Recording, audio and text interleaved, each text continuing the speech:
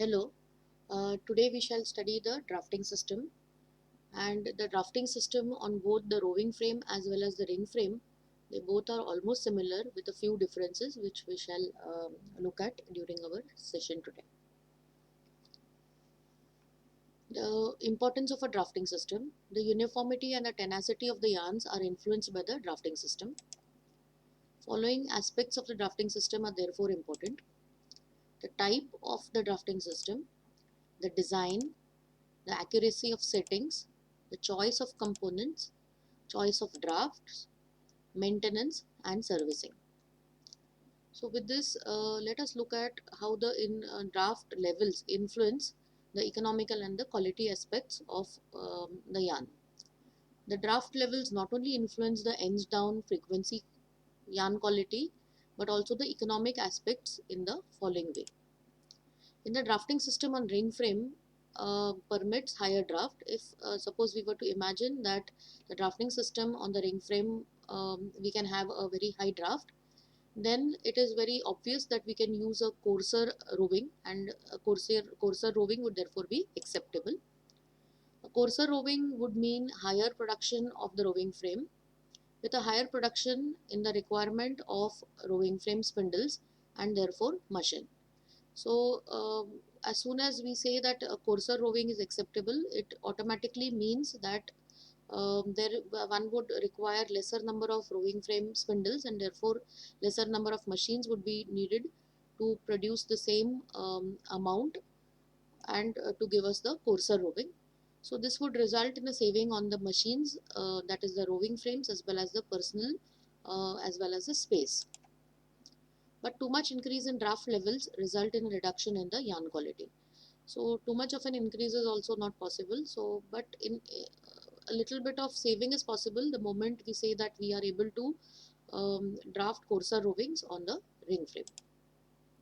So guidelines for draft levels on ring frame: carded cotton yarn one can go up to 40, carded blended yarn one can go up to 50, combed cotton and blended yarns for medium count up to 60, fine counts up to 70, and man-made fibers up to say 45 to 50. If the break draft zone, in the break draft zone, the draft levels must only apply sufficient tension without real drafting to take place. So the break draft zone, that is the back zone that the material comes across, it should only apply sufficient tension, and there is no real drafting taking place in this region. The nip distances would be in the range of 60 to 80 mm, and the draft values would be 1.03 to 1.3. So with this, let us take a more detailed look into the drafting system. So the first that system that we would like to see is 3/3 double apron drafting system. There are a few new terms over here, new elements that are there, which we shall study in detail. Top rollers are carried by a pivoted pendulum lever. So as one can see, unlike the draw frame where the rollers, the top rollers are just mounted on the bottom roller, and some pressure is applied from the top. Here in this case, the three top rollers that are there, if it is a 3/3 double apron drafting system, in that case the three rollers would be carried on a pivoted pendulum lever, which can be seen over here. These are the top rollers. Aprons are required to guide the fibers in the main drafting zone. So if one can see, there is something different over here. This is known as apron, and this is required to guide the fibers in the main drafting zone. This would be the main drafting zone, which is between the second and the front roller. The bottom rollers are metallic with helical grooves. One cannot see the bottom rollers over here, but these three rollers would be sitting on the bottom rollers, which would be metallic, made up of steel, and there would be helical grooves on it. Pressure on a top roller is maintained by spring or pneumatic loading. So drafting system on roving frame and ring frame. As we have already seen that we have mentioned that the roving frame and the ring frame, the drafting system is almost similar with a few differences which we shall study as we go along. A three roller double apron drafting system is used on roving frame as well as ring frame, which is like this. A four roller arrangement may also be used if higher drafts are needed.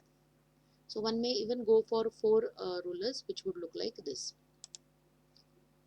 So if we were to look at the diagram in detail, we can study each of the parts. A is the fluted bottom steel roller, which is positively driven, which A is shown over here. There are 3 steel bottom rollers, and these would be positively driven. Top rollers can be seen over here, shown as B, and they are pressed against the bottom roller by a rocking support. As we've seen, it's a pivoted pendulum lever which would support all the 3 top rollers, and one can just swing this. We shall see in a video later on. C is the rocking support or the pressure arm. This is the arm. Bottom and top aprons. These are the aprons that are there. Bottom E as the bottom as well as the top rollers. E, which is, one can see the top roller top apron very clearly. So these aprons, they are rotating to provide better guidance to the fiber. So now let us look at each and every part one by one. The first one was the fluted and the knurled bottom steel rollers. So the steel rollers are a continuous element along the length of the ring frame. They are made up in parts and then they are joined together.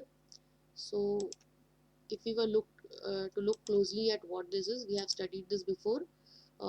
This is the fluted that is there, and the knurled one. So this is axial. There are 2 types again, axial and spiral fluting. Here we can see the spiral fluting and the knurled rollers that are there. So these are the 2 types of steel rollers that one can see. Knurled rollers are used on rollers receiving aprons to improve transfer of drive to the aprons. So this kind of rollers, as we have mentioned in our earlier lecture during in draw frame, that these rollers are used only on ring frame and speed frame, where such rollers would be helpful in receiving the aprons and to have a good grip on the apron so that the drive is transferred fully to the aprons. So if the aprons are running on the middle rollers, then the middle bottom rollers would be having this kind of a fluting or this kind of a engravement on the middle bottom roller, and this is the back roller or maybe the front bottom roller. They would be having this kind of a fluting. So in the image one can see clearly it has got an spiral fluting on the back bottom roller over here, whereas wherever the ruler is expected to receive an apron, there it will be a knurled um, structure. So diameters between 25 to 50 mm are used. In long machines like ring frame, the bottom rollers are made by screwing together short lengths. So small lengths are, as we have mentioned, they will be just screwed together and the entire machine is covered. Now we take a look at the top rollers. They are also known as twin top rollers. This is what we are going to look at. There are each one of this pendulum lever that is there. It will be carrying this particular set here, which will cater to 2 spindles. This drafting system would be delivering the material to one of the spindle, and this would be maybe the second spindle. So twin rollers or compensating rollers, they are also called as, are used on roving frame as well as ring frame. The top rollers are of 2 types. Fixed rollers, now again there are types in this. If this is the top roller, they are the fixed types where the 2 roller heads, that means this head and this head, form a single rigid unit and rotate together. Then one can have loose rollers where the 2 roller heads are separately mounted and are able to rotate independent of each other. So this can rotate independently of this particular roller head. So now we can see these are the cots, and the covering or the cots may be removable or may be fixed to the shaft, which is known as a non-removable shell. So this is a shell which is, one can see very clearly over here from the side, that on the metallic shaft which is there at this core, on that this cot is fixed onto this. Either it is fixed or it can be a removable or a non-removable cot. The roller bodies are mounted on a single or a double row of ball bearings. So here there will be ball bearing which will be holding these rollers so that they can freely rotate. One can see here inside the cots are mounted on the steel core in which there are ball bearings which would help it rotate.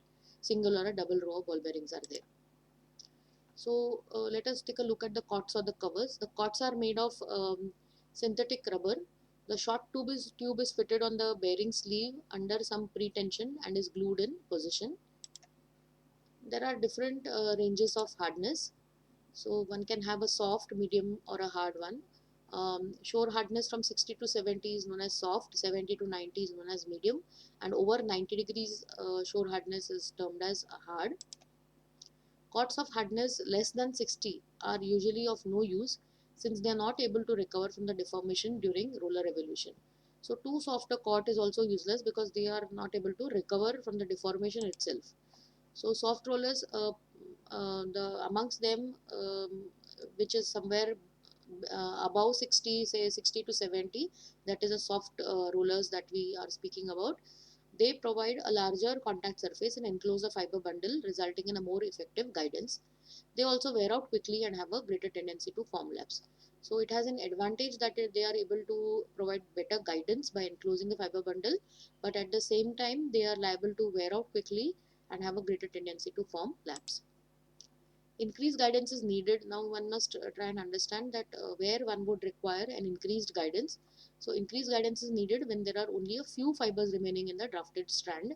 So the extra guidance is needed only on machines like speed frame and ring frame, where only a few fibers are remaining that are required to be drafted. So we see the shore hardness of the front and back rollers on the ring frame. So what are the values? The hardness of the top rollers on the ring frame is between 80 to 85, which is quite hard. Since the material being processed on the rowing frame is relatively coarser, as we are processing rowing here, unlike on ring frame where it's a yarn and the material becomes still finer. So lesser guidance is acceptable on a rowing frame. So the hardness can be between 80 to 85 on the rowing frame, since it does not require much guidance. Similarly, on the ring frame, cots of shore hardness of 80 to 85 are used for the back rollers. So again, the similar situation where in the back zone, the material is quite coarse because rowing is entering, and therefore the cots can be of shore hardness in between 80 to 85. 63 to 67 shore hardness is used only for the front rollers, because by the time the material comes to the front rollers, it is getting drafted and only a few fibers are remaining in the main drafting zone, and this is where the fibers are few and would require a lot of guidance, and because of this one would go for a softer cot which is capable of providing that extra guidance. So harder cots may be chosen for the front roller for processing coarser yarns and man-made fibers. So in case we are going to process say coarser yarns and if we are processing man-made fibers, so instead of this soft cots, one can also go for harder cots, because soft cots, as we know that they wear out quickly. So due to the higher wear and a higher tendency to form laps in case of man-made fibers processing, one should always go for a harder cot. After 3000 to 4500 operating hours, the cots have to be ground on special grinding machines due to uneven wear that may happen during processing. Around 0.2 mm reduction in diameter takes place, and it should never be ground to a total thickness of less than 3.5 mm. Because every time whenever grinding takes place, around 0.2 mm reduction in a diameter takes place, so that whatever rough surfaces are there on the surface of the cot, they are evened out. But the grinding should not be so much that the total thickness of the cot is below 3.5 mm, because it will stop providing any kind of cushioning to the fibers after the material is ground below 3.5 mm in totality, and therefore it should not never go below this value. So rocking support or the pressure arm. Compensating rollers are supported by the pressure arm in the center. As we have seen earlier, the rollers are supported in the center by this pressure arm, and at the center they are held like this. The pressure arms are attached to continuous shafts that are mounted behind the rollers. These pressure arms, as we can see, they are capable of swinging like this. We shall see in the video. And these pressure arms along the entire length of the machine, they are mounted on say a shaft, and this shaft is just behind the set of rollers, and on this continuous shaft these pressure arms are attached or mounted. The pressure arm is able to swing and can rock the compensating rollers slightly relative to the axis of the bottom roller. So this pressure arm is able to swing, as we shall see in the upcoming video here.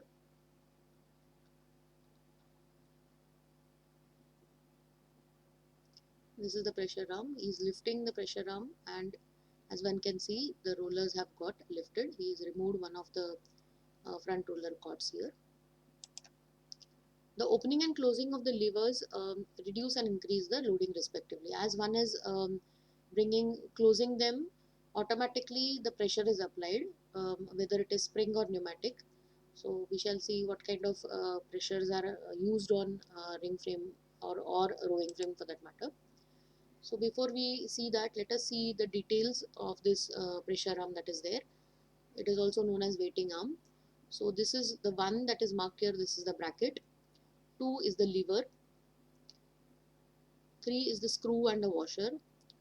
4 is the eccentric load selector of rear weighting element. Then 5 here is the eccentric load selector of middle weighting element. Then one can see here 6 is the adjuster for parallelism of front top roller. Then 7 one can see is the handle which is used to lift this particular lever. Then 8 is the frame of the pendulum lever. 9 is the clearer roller holder. 10 is the eccentric load selector of front weighting element or partial load relief. Then 11 is the front weighting element. 12 that are marked over here, they are the saddle springs. 13 is the middle weighting element. 14 is the rear weighting element. Then 15 is the height setting screw, and 16 is the locking screw. So these are some parts that are shown in detail in this diagram. So let us look at the top roller loading and how they are adjusted. Different types of top roller loading systems have been discussed in the draw frame top roller loading. When we saw the draw frame, we have seen different types of loading systems. There are 3 types of top roller loading which may be used on the ring frame. Spring loading, most manufacturers use it. Then there is pneumatic loading used by Rieter as well as Texparts. And there is magnetic loading which was earlier used by Sacco-Lobel. So with this we look at the load settings, how it is done. Load setting of weighting elements at PK 1550 and possible load stages of the individual elements. This is what we are seeing. This is the load indicator. When this blue piece is towards the right, it is low stage, then middle stage and high stage. So with this we look at the setting the load on front, middle and rear elements. Load on front, middle and rear weighting elements can be set in 5 stages. Setting can be activated by using an Allen key. So these are the load stages: 10 decanewton, then 12.5, then 15 decanewtons, then 17.5 decanewtons and 20 decanewtons. They can be changed in stages, and each time when we look at the diagram, this is a top view and this is the side view where we can see this blue piece which is towards the extreme left over here, and then as it is moved towards the right slightly, the weight or the loading goes on increasing, and when it comes towards the extreme right, as seen from the top, earlier it was like this, now it is on the extreme right, one can see that the load has increased, and this adjustment is done with the help of this Allen key which looks like this. So this Allen key now, this is how it is done. It is used to tighten the screw here. Load stages on front, middle and rear elements of PK 2600 SE series weighting arm, and their activation with Allen key is what is being shown here. If we were to rotate this Allen key or the screw over here by with the help of an Allen key, then we can change the weighting. And this blue piece would shift towards the left and the right, giving us the required weighting. So what is exactly happening over here? When we are shifting this, there is a spring inside which which is looking like this, and as you go on increasing the load, the spring will compress here and it will apply the load on the top roller, and it will be in touch. The top rollers will in turn be in touch with the bottom rollers. So spring loading and pneumatic loading, there are two types of loading. This is the spring one that we have just seen, and there is another one which will use air pressure to apply the load. The main advantage of the pneumatic loading over spring loading is that the pressure changes can be easily and quickly done centrally. Also, the rapid reduction in pressures to a minimum level is possible in the event of machine stoppages. So in the case when a machine requires to be stopped, then in that case the reduction in the pressure is possible to a minimum level, and this is very important so that the top roller covers are not deformed during the stoppages. Pressure on a top roller is simply changed by adjusting the pressure in the compressed air hose through a valve at the end of the machine. So at the end of the machine there's a valve which will help in reducing and increasing the pressure easily through this compressed air which goes through the hose, and which will be applying the pressure on all the rollers. So this is pneumatic loading where air pressure is used, and this was some manufacturers use spring loading, which we have seen. So let us look at the other parts still detail over here. Already we have seen this part of the top lever weight or the weighting arm. We have seen the bracket, lever, frame, fixing screw, handle, clearer roller holder, front weighting arm, saddle spring, middle weighting element, rear weighting element, load indicator, height setting screw, locking screw. The locking screw here is marked as 13.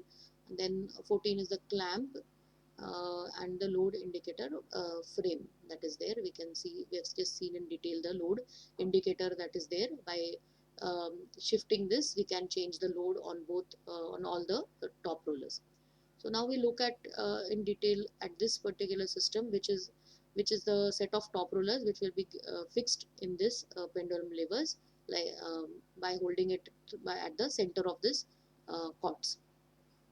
So what one can see is the rear top roller, that is a back top roller.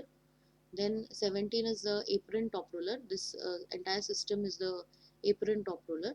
18 is the top apron. This will be fixing itself on this middle roller over here and running on this. Then top apron cradle, which is marked as 19. This is the cradle system which we shall see in detail. Then 20 is the front top roller. So this is the top roller system that is there, which we shall study in detail, the apron, the cradle, and so on.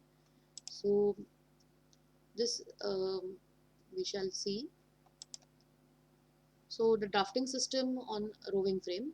On the rowing frame, one can have even a 4/4 drafting system, and the way it is arranged, it can be like this. The same numbers can be seen over here, labeling all the parts. Then the 4-roller weighting arm PK1580 differs from the 3-roller version in having an additional condensing zone. So as one can see, there is one more extra zone over here. In the 3/3, only maybe this set was there, and then we see here one more roller has been added in the front, and there is an extra condensing zone between 1 and 2, the roller number 1 and 2, whereas 4-roller PK1580. So there is another version over here which can have an additional middle drafting zone between pairs 2 and 3. So one can see over here the apron. In this case, the apron system is one roller ahead, and there is the extra roller is added at the back, and we have one more say drafting zone before it enters the apron or the main drafting region. So an additional middle drafting zone between the roller pairs 2 and 3. So between 2 and 3 over here, there is one extra drafting zone. So one can have either of this kind of arrangement. By deliberately condensing the fiber material in this zone, a reduction in the spinning delta is achieved. So if there is a if we are using this kind of a system, in that case, by using a condenser in this region, we shall see this condenser in detail later on. There is an element called as a condenser, and by doing this, we are reducing the spinning triangle in this region, thus improving the incorporation of fibers into the roving. This results in the following important advantages: reduced number of roving breakages, that means improved process reliability, increased efficiency, as well as greater package density of roving bobbin thanks to the more compact roving. So having this additional roller will help in giving one compact roving as well as reduced roving breakages. So these are the elements that are there, out of which this particular system, which is marked with dotted blue over here, is new, and we shall be studying this in detail. So top roller, apron, and the cradle, apron, cradle. So we are seeing all these elements here. So 17 is a rear top roller. The apron top roller that is there, 18 this apron top roller on which the apron will be running. Then 19 is the apron. Then 20 is the top apron cradle. So these are the aprons. How they this is the image of aprons provided by manufacturers. And top apron cradle in a close up, when we see, this is the top apron cradle. This piece that is seen over here, when we look at it from the side, it looks like this. This is the circular portion which will fit over here, and this cross section, as one can see here, if you look at it from the side, it will look like this. So this is the top apron cradle, and we have front top roller which is marked as 21 over here. So the cradle length is adapted as per the staple length of the fiber being processed. So this length that is there from the um, rear end of this cradle to the front, this particular length can be different for different fiber staple lengths. So the aprons that are provided, there are companies that provide these aprons. These are also highly technical. There are companies like Precitex, Acotex, or Inarco that supply these aprons. Aprons are endless bands used for controlling fibers in the drafting zone. They permit roller settings for lengths of fibers greater than the longest fiber being processed. So in our earlier lectures on draw frame, we have seen the roller settings have to be um, depending on the effective length, and a little bit of allowance is given on top of it so that the longer fibers are not damaged or broken. So in this case, however, the aprons provide the extra guidance, and even if the setting is slightly larger than the or longer than the lengths of the longest fiber in the lot, then it is acceptable, and also providing a gentle and adequate control of the fibers. So these aprons at the same time allowing a little bit more flexible setting, it also gives a quite a gentle and an adequate control of the fibers from the middle roller nib to the point near the front roller nib. So these aprons would gently guide them onto itself, and release it just before the front roller nib. So this kind of an apron provides a better guidance as compared to any other mechanical device that has been tried earlier. It is a versatile drafting medium and can be adopted for a wide range of staple fibers without the tedious resetting of rollers and trial runs. So if these aprons were not there, then in that case one would have to go for tedious roller settings depending on the staple fibers, and as soon as the staple fiber lengths would change, one would have to go for resetting and also trial runs before it could be finalized. So now when we take a look at the aprons in detail, the object of the apron is to control the floating fibers. It has been this floating fiber concept has been discussed in draw frame drafting systems earlier. So the floating fibers in a drafting zone, the aprons help to control these floating fibers and help produce regular and stronger yarns by providing the necessary guidance. These are the aprons. These aprons would be fitting on these cradles and the middle roller, we shall see. Since there's a limit to the bulk of fibers that can be effectively controlled by a pair of aprons, they are not used on a draw frame. So the question arises, why these aprons, if they are so good, why they are not used on draw frames? and that is because the aprons have got a limit to which the bulk of fibers that they can effectively control, and that's why since on draw frame we are controlling a fiber which is a quite a bulky material, so we cannot go for aprons over there, and therefore the use of aprons is restricted to the production of finer hangs like on roving frame or say ring frame. So these are the this is the image of a two head that is shown, from where one the material goes to the spindle 1 and second goes to the spindle 2. So as one can see, these are apron systems. The pair of apron, that is the top and the bottom apron, are rotated by the middle roller. This is the middle roller which rotates the apron, and their front ends taper towards the front roller. So this is the front roller, and the aprons come and um, as if they are converging here towards the front roller nip, leaving a very little uncontrolled space. So there is hardly any space between the between the point where the aprons release the fibers and the front roller nip. So the fibers are getting complete guidance from the middle roller nip right up to the nip of the front roller. Now let us see the requirements of an apron. The aprons enable the apron nip to come as close as possible to the front roller delivery nip to have a good fiber control. For this to be possible, the aprons must not only be thin, smooth and as uniform as possible, but also be strong. So if the aprons are thin, they are able to reach as close as possible to the front roller delivery nip. The aprons are manufactured with highly specialized rubber. So because all these properties are required, it is produced by using highly specialized rubber reinforced by either double yarn, or even sometimes fabrics are used to reinforce and give them enough strength. The aprons are also treated with anti-static agents to prevent the development of static, because during the running, due to the static electricity that is generated, it may create problems during processing. We have seen this problem. So this anti-static agents, they are used to treat the apron so that this static generation is prevented.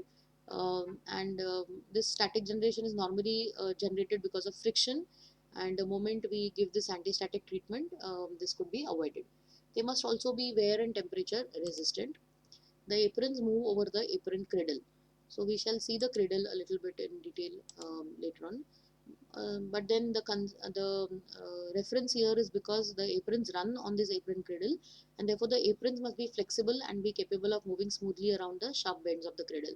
So the cradle has got a sharp bend in the front, as one can see over here. The apron is running on the cradle, and the apron must turn and be capable of turning around like this and be very flexible.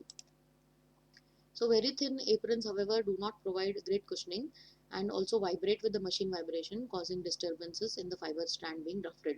So on one hand, we are saying we need a thin apron so that the aprons are able to reach the nip of the front roller as close as possible. But at the same time, one must remember they do not provide great cushioning, as well as they vibrate along with the machines, which may cause disturbances in the fiber strand that is being drafted. So the various properties that are expected of an apron is that they must be thin, smooth, uniform, strong. They should be anti-static, wear and temperature resistant, as well as flexible. So with this, let us look at the damage that might happen to the aprons during running. Aprons suffer more wear and tear in the region of the roving traverse.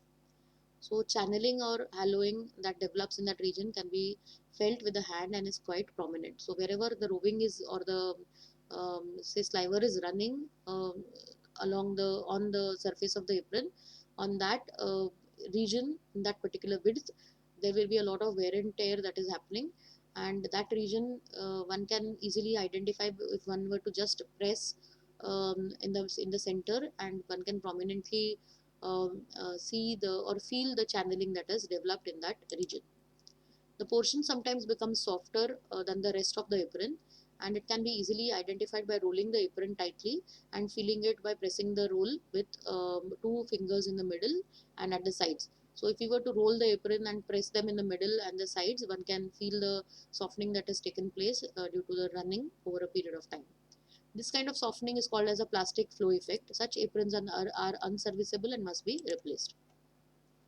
Aprons may develop widthwise hairline cracks under the departmental temperature and humidity. Because of the temperature and humidity in the department, sometimes cracks are developed in the apron which were widthwise, and they are hairline cracks. Such aprons are less flexible and are not able to bend smoothly around the sharp bends of the apron cradle. Such aprons form fiber felts or laps on them. Because cracks will be there, they will hold on to the fibers, and the fibers will form laps on the aprons. So now we come to the another element which is known as the spacer or the distance clips. The distance between the top and the bottom apron is very important. So this is the top and the bottom apron.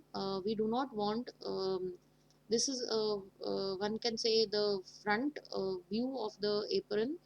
This is the bottom apron, top apron, and one can see a gap over here in between the top and the bottom aprons. And this is there because we do not want the material to be gripped when the material is being released to the front roller nib. One must remember the nib is actually at the middle roller behind the release point, and at the release point we do not want these aprons to grip them, because if it is gripped at the release point, then in that case it will be held by both the release point at the apron as well as the front roller nib, which is very close to it, and it might break the fibers. So it has a great influence, this particular distance that we maintain in the front end of the aprons. It has a great influence of the on the quality of the roving and the yarn in terms of evenness. That is U percentage NCV, imperfections in terms of thick, thin and nibs, as well as hairiness. Spacers of different heights maintain the distance between the nose bar of the lower apron. So this is a nose bar on which the lower apron is running, around which it is turning, and the cradle edge of the top apron. We shall see this in detail. So this is the nose bar of the bottom apron, and this is the top apron which is running around the cradle edge. And between these two, at the release point, if the front roller nip or the front rollers are somewhere here at the on the left of this system, then in that case the fibers would be released here.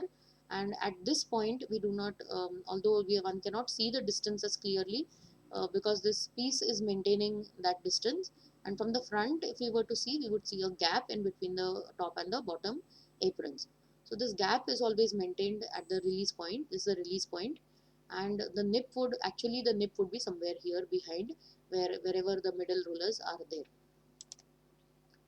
So if this this gap is not maintained, then what happens? There is a development of this defect in the yarn known as crackers, which is seen like this. The gap between the top and bottom aprons is adjustable depending on the bulk of the material and the staple length being processed. So one can adjust the spacing, how we shall see in a short while. The aprons hold back the floating fibers when the adjacent fibers held by the front roller start moving faster than the apron speed. So one must try to imagine the situation that is there at the release point at the front of the apron, wherever it is being released near the front roller nip. There, as soon as the fibers are held by the front roller, only then they are dragged or pulled from the through the aprons, through the top and the bottom aprons. Otherwise the aprons would always maintain a restraining force on the fibers and not allow them to be pulled out of turn. So they are restrained, the floating fibers are restrained from moving ahead of time. Wider gaps would fail to exercise this control. So the gap cannot be very wide, whereas on the other hand, a less gap would not allow the fibers to be smoothly dragged out of the front roller nib. So the distance that one maintains between the top and the bottom apron should be as per the bulk of the material that one is processing, as well as the staple length. So if the gap is low, it results in an undue strain on the fibers and to the formation of a defect known as crackers. Whenever the bulk and the staple length of the fibers being processed is higher, a wider cradle may be needed. An increase in the break draft is not advisable, since it may lead to slip problem, which we have discussed earlier. So whenever the staple length of the fiber is changed, one needs to change normally the roller setting. In this case, one can just change the cradle. We will see the cradle in detail. That cradle the length can be changed, and easily the setting can be adjusted as per the staple length of the fiber being processed. So with this, we look at the pin spacer. The pin spacer consists of the spacer and the pin. The pin is a guide rod attached to the spacer in a fixed position that immerses into the fiber strand that is being drafted between the cradle and the front roller. So this is the front of the apron, which is near the front roller nib, and one can see there is a small rod or an element which is known as the pin, which is attached to the spacer, which is shown over here, which is orange in color. And if you were this is the dismantled system here. This is the spacer, and there is a pin that is normally attached at the front of this spacer. So this pin immerses itself into the fiber strand as it is running. One can imagine the fibers are running from below this apron, and it will go below the pin and go into the front roller nib. The pin improves the fiber orientation, consequently the yarn quality, but also makes drafting more difficult since it is an additional element that deflects the fibers and adversely affects the spinning stability. So the pin is useful in improving the quality on one hand, and on the other hand, since it's an additional element and it deflects the fibers, it also adversely affects the stability of spinning. So therefore, a choice of immersion depth of the pin. So this the depth that the pin is able to immerse, that can be adjusted, and this depth can be chosen as per the requirement of the mill. And it would always be a compromise between running stability. That means if it is a the immersion is low, that means the setting is made in such a way that it does not immerse into the much into the fiber strand, then the running stability would be good. But at the same time, for a better yarn quality, more immersion or more immersion depth is needed. So always whatever setting we adapt over here would be as per the choice of the mill, and it would be a compromise between running stability and the yarn quality. So bottom aprons and the nose bars. Short or long bottom aprons are used depending on the design of the drafting system. So the bottom aprons as one can see in the diagram, this is the bottom apron. They are much longer than the top aprons. So the bottom aprons can be of two types. They can be short or long. So we shall see both of them. The bottom aprons that are longer than the top apron, they look like this, and this is the top apron 2, and they run over a nose bar, guide bar, that is the 3. The bottom apron, one can see it is running around this nose bar, and 4 here is the cradle for the top roller. Bottom apron nose bar supports the bottom apron as it passes through the front zone. So as it is passing through this front drafting zone here, this nose bar supports the bottom apron for running. So long aprons are easy to replace and are less inclined to be clogged with fiber fly. The short bottom aprons do not need a tensioning link, but the long aprons are guided and pre-tensioned by a tensioning link. So what are the advantages is that long aprons are easy to replace, one can easily replace them, and they do not collect a lot of fiber fly and do not get clogged. But at the same time, it will require a tensioning device over here, and they will be guided on that, and which will not be required in case of a short bottom apron. So this is the one advantage and one disadvantage. So this is a tensioning device for the long bottom apron, whereas in case of a short bottom apron, one does not require any such arrangement. It will look like this. The short bottom aprons are also cheaper. So if one is going for a short bottom apron, then it is cheaper and can be replaced and can be placed close to the front roller, providing better fiber control. As one can see the distance that is there, the release point of this system, and where short bottom aprons are used, the release point can be much closer to the front roller nib, providing better fiber control. Also, the accessibility below the drafting system is improved. So one can see below the drafting system, this area becomes inaccessible, whereas it is clear in this case that it is more freely accessible here. So below the drafting system, there is an improved accessibility in case of short bottom aprons when they are used, and there is deflectors, cleaning devices, and guides can be dispensed with. That means they can be easily removed or not required anymore. So let us discuss the brake draft on the roving frame as well as the ring frame. Due to the high compressions in case of sliver or mild twisting in the case of roving, there exists a certain amount of cohesive forces between the fibers. So because in the sliver there is a lot of compacting that is happening when the material passes through the trumpet, or in case of roving where we are inserting twist. In both these cases, the fibers are exerting cohesive forces between them, and they hold on to each other. And unless this cohesive forces are removed, the fibers are not made free. They will not slide past each other in the main drafting zone of either the roving frame or the ring frame. So for the main drafting zone of either of these machines to work effectively, the cohesive forces between the fibers must be removed, and they must be free so that they are able to slide past each other. Thus on draw frame, roving frame as well as a ring frame, the break draft zone exists in order to prepare the fibers to undergo the main drafting operation. So whatever zone comes before the main drafting zone, that is called as a break draft zone, and it is there for removing these cohesive forces. There is always a difference between the real break draft and the calculated break draft called as effective break draft.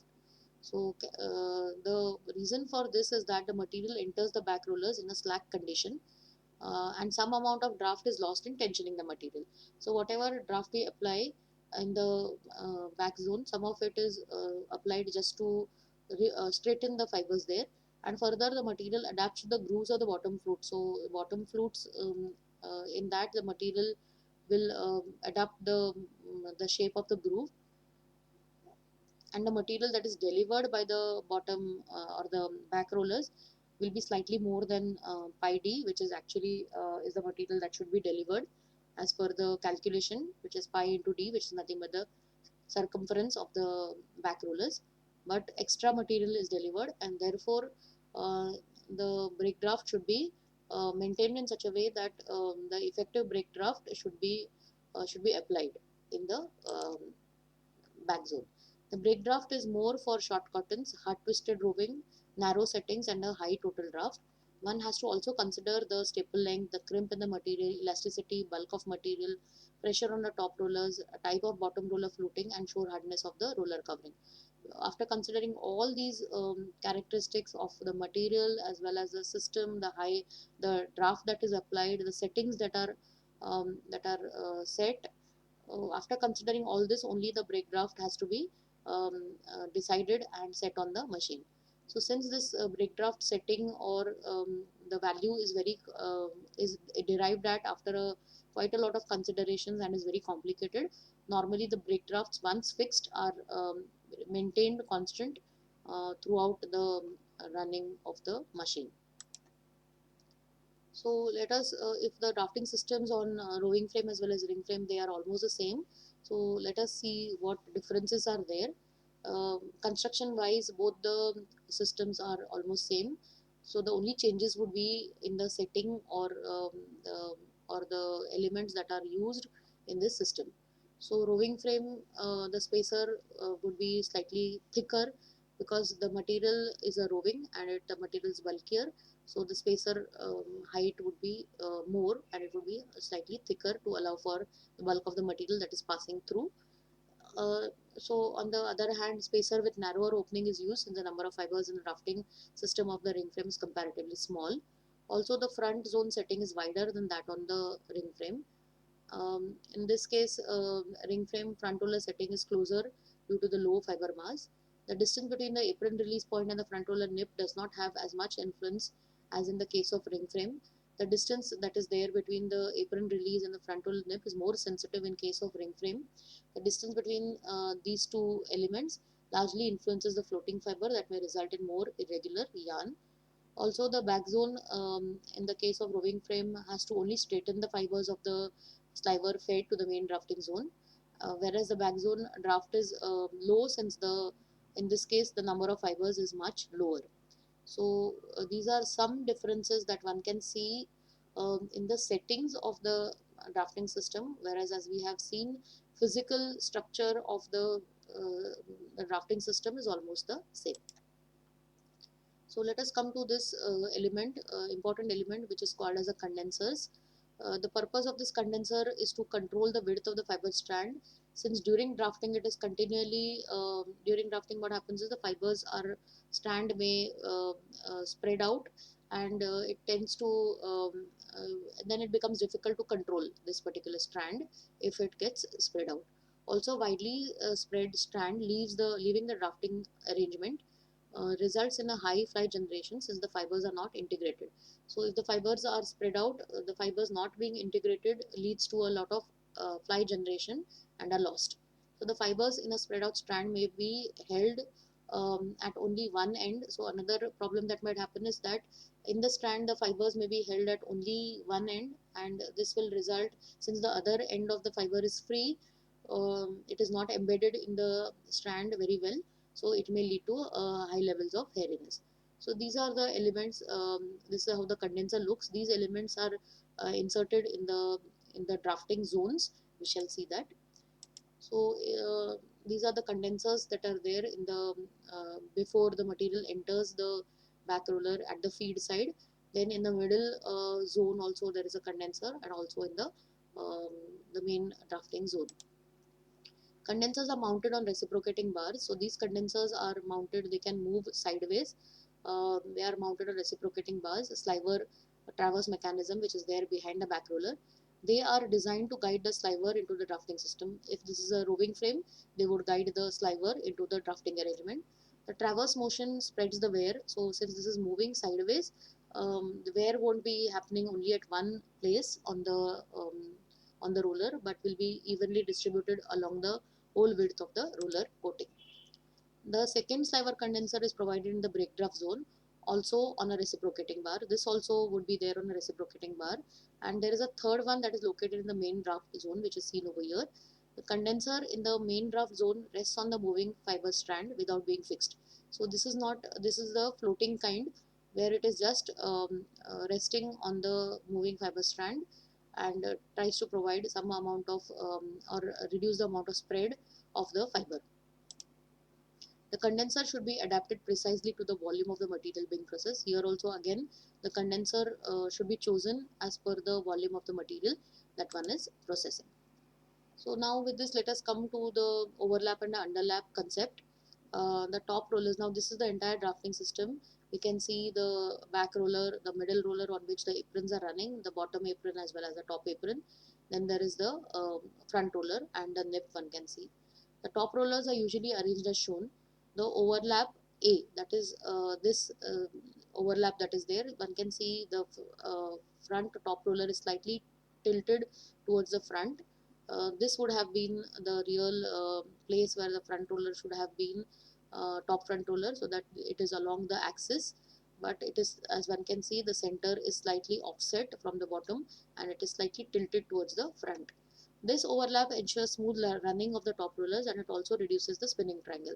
So if you pay attention to the front portion, it is reducing the spinning triangle to a large extent, and due to this advancing nip line, this is possible. A smaller spinning triangle always reduces the ends down rate. So this would help in reducing the breakages. And underlap, that is B, there is an underlap provided on the middle roller, where the top roller, instead of being slightly tilted towards the front, it is tilted towards the back. So this again is 2 to 4 mm for the middle roller, and also results in the smooth running of the top roller. So there is one more roller configuration offered by INA company. It is of the V-Draft drafting system. So it looks something like this, where one can see over here the back rollers that are there, and the back bottom roller is placed slightly above. So if this is the axis of the rollers, in the earlier system all the rollers were on along the same axial plane, but here one can see that it has been moved upwards. The bottom roller is placed slightly above the drafting plane, and the back top roller is also, one can see, it has been shifted towards the back by about 25 degrees. It is turned, the axis has been turned like this. This provides a larger wrapping arc A. That is this, one can see the material here would have entered like this here, whereas the material entering would have a slightly more um, uh, contact with the bottom rollers, and it results in an additional fiber control zone. But it may also result in a wider spread of the fiber ribbon. One must also be careful, because this may lead to a spread of the fiber ribbon, which we have just discussed. And again, if there is a lot of spread, we have seen that it leads to the hairiness of the output material, so, and which should be avoided.